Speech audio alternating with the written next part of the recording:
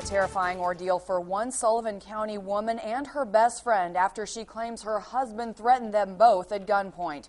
Good evening, I'm Jessica Hayes. Amanda Jarrett has the night off. Now the two women say they're lucky just to be alive. It all happened around 3 o'clock this morning near Shelburne.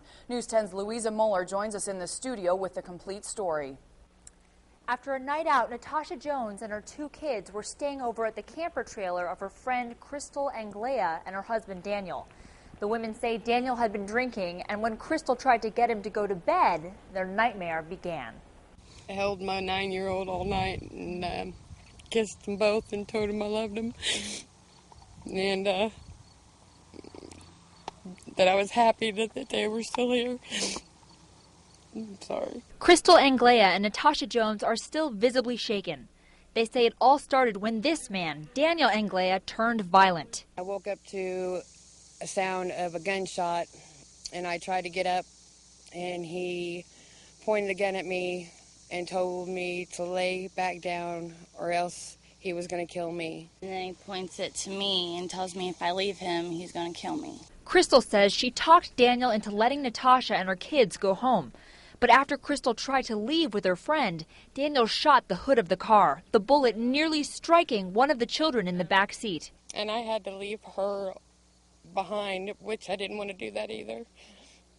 But I had to get my kids out. Crystal's mother-in-law came over to the camper from her house next door to help get the gun away from Daniel. And that's when he elbows me in my head 3 times and knocks me on the ground. Then Crystal got in a car with Daniel, she says, to find help.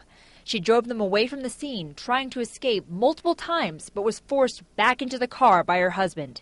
She finally got away from the car and Daniel drove off. He was later found and arrested by a Sullivan Sheriff's deputy, a short distance from his home. Crystal and Natasha hope he won't be released anytime soon. He just needs to be locked up for a really long time. Daniel Anglea was convicted of child molestation in 2004. That means he can't legally own a firearm.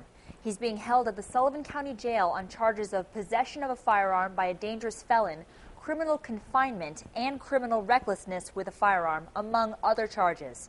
Back to you. Now, police say they also took 20 firearms from Daniel's parents' house after they refused to give up the guns Daniel had used. The case remains under investigation.